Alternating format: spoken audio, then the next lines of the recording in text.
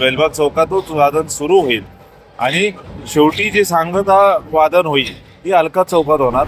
अंकुश अण्णांनी जे सांगितलं आहे त्याच्यात सत्यता आहे. पुढच्या 5 ते 6 वर्षात तुम्ही बघणार की पुण्याचा गणेश उत्सव हा डीजे मुक्त 100% होईल. पुण्यामध्ये गणपतीचं उत्साहात स्वागत झाल्यानंतर आता आपल्या लाडक्या गणरायाला निरोप देण्याची वेळ आली आहे. 2 दिवसानंतर गणपतीचं विसर्जन केले जाणार आहे. पुण्यातल्या गणपती विसर्जनाला अनन्यसाधारण महत्त्व असतं. इथं राज्यभरातून नव्हे तर देशभरातून मोठ्या संख्येने भाविक विसर्जन मिरवणूक पाहण्यासाठी येत असतात. कालच पुण्याचे पोलीस आयुक्त अमितेश कुमार यांनी पुण्याची विसर्जन मिरवणूक नेमकी कशी असेल याबद्दल माहिती दिली आहे. आपल्यासोबत श्रीमंत भाऊसाहेब, हिंदी सणातील पहिला सार्वजनिक गणपती श्रीमंत भाऊसाहेब रंगारी, गणपतीचे विश्वस्त आणि उत्सव प्रमुख पुनीत पालन आहेत. त्यांच्याशी आपण यावर्षी नेमकी भाऊ रंगारीची विसर्जन मिरवणूक कशी असणार त्याबद्दल दादा लेट्सअपमध्ये स्वागत आहे.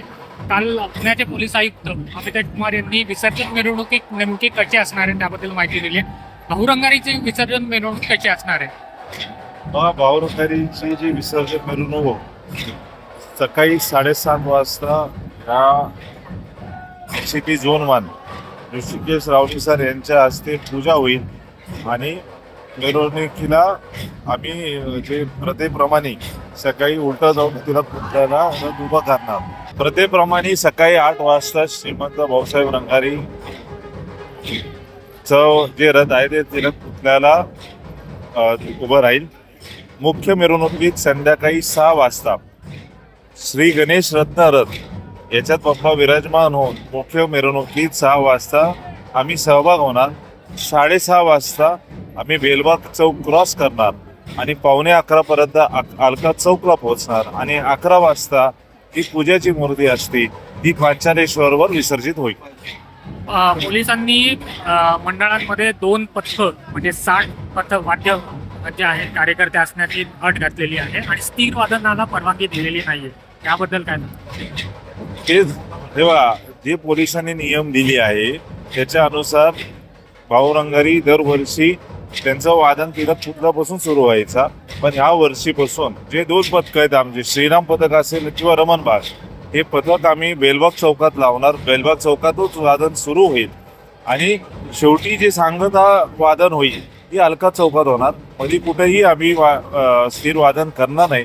पण बेलबाग चौक आणि अलका चौक हे वादनाची सुरुवात बेलबाग चौकातून होईल आणि सांगता अलका चौकात होणार. लेट्सअप मराठीशी बोलताना राष्ट्रवादी शरद पवार पक्षाचे प्रवक्ते अंकुश काकडे असं म्हणाले की पुण्यातली जी गणपती विसर्जन मिरवणुकी ही डीजे, लेझर आणि बाहेरून येणारे शिक्षणासाठी येणारे जे विद्यार्थी आहेत त्यामुळे बदनाम झाली आहे आणि या माझ्या विधानाला पुण्यात 90% पुणेकर हे सहमत असतील. त्याच्यावर तुम्ही काय सांगा? अंकुश अण्णांनी जे सांगितलं आहे त्याच्यात सत्यता आहे.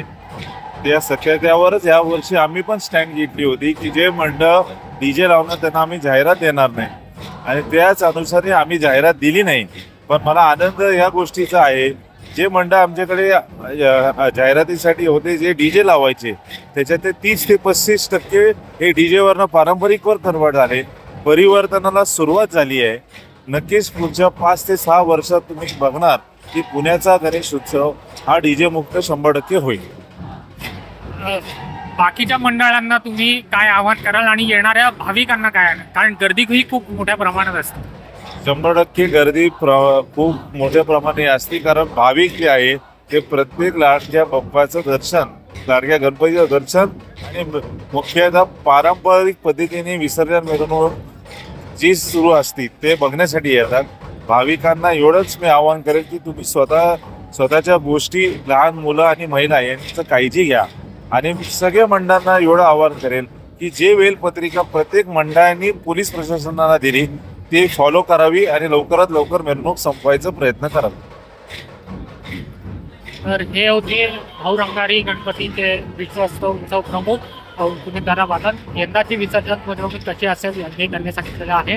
डीजे मुक्त हा त्यांचा जो उपक्रम आहे त्याला बऱ्याच मंडळांनी प्रतिसाद दिलेला आहे. पुढच्या वर्षी येणाऱ्या काही वर्षामध्ये पुण्यातलं विसर्जन मिरवणूक ही नक्कीच डीजे मुक्त होईल असा विश्वासही त्यांनी व्यक्त केला. लेट्सअप मराठी.